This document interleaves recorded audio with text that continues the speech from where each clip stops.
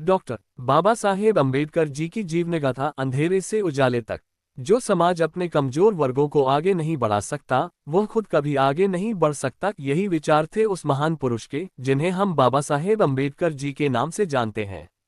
एक विशेष जन्म 14 अप्रैल 1891 को मध्य प्रदेश के महू छावनी में एक महार जाति के परिवार में भीमराव जी का जन्म हुआ। उनके पिता रामजी सकपाल ब्रिटिश सेना में सूबेदार थे और मां भीमाबाई एक सरल परंतु संस्कारी महिला थीं।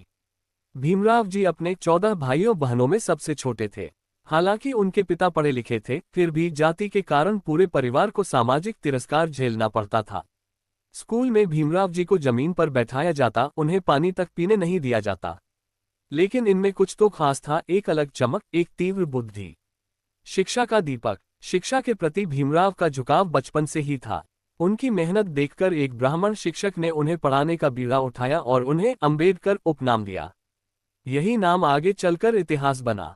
उन्होंने अल्फिंस्टन कॉलेज से B.A. किया, फिर अमेरिका के कोलंबिया विश्वविद्यालय से अर्थशास्त्र में M.A. और Ph.D. और लंदन स्कूल ऑफ इकोनॉमिक्स से कानून और राजनीति में डिग्रियां प्राप्त की। एक दलित युवक के लिए ये किसी चमत्कार से कम नहीं था। संघर्ष की शुरुआत। विदेश से लौटने के बाद उन्होंने देखा कि भारत के दलित समाज की हालत वही है, घोर अस्पृश्यता, अपमान और भेदभाव। उन्होंने ठान लिया कि अब सिर्फ अपने लिए नहीं, पूरे समाज के लिए लड़ेंगे। 1919 में वे ब्रिटिश सरकार की साइमन कमीशन और गोलमेज सम्मेलन का हिस्सा बने।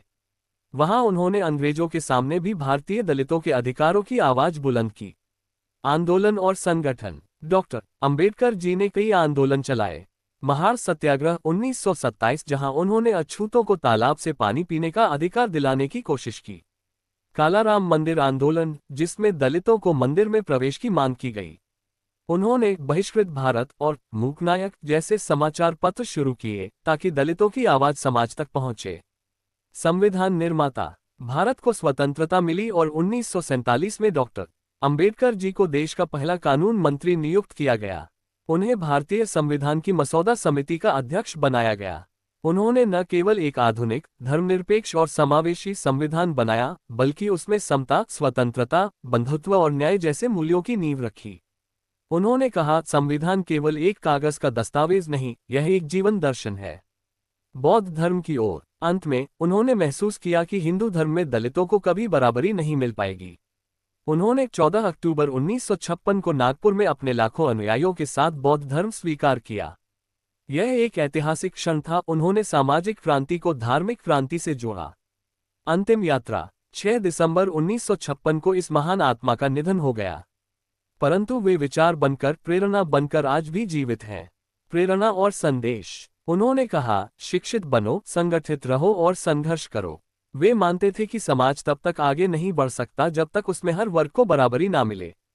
आज बाबा साहेब अम्बेडकर जी का नाम सिर्फ भारत में ही नहीं, पूरी दुनिया में लिया जाता है, एक न्यायप्रिय योद्धा, विचारक और क्रांतिकारी के रूप में।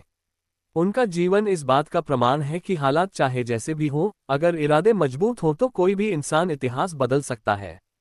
ऐसी और कथाओं के लिए मेरा चैनल लाइक और सब्सक्राइब करें।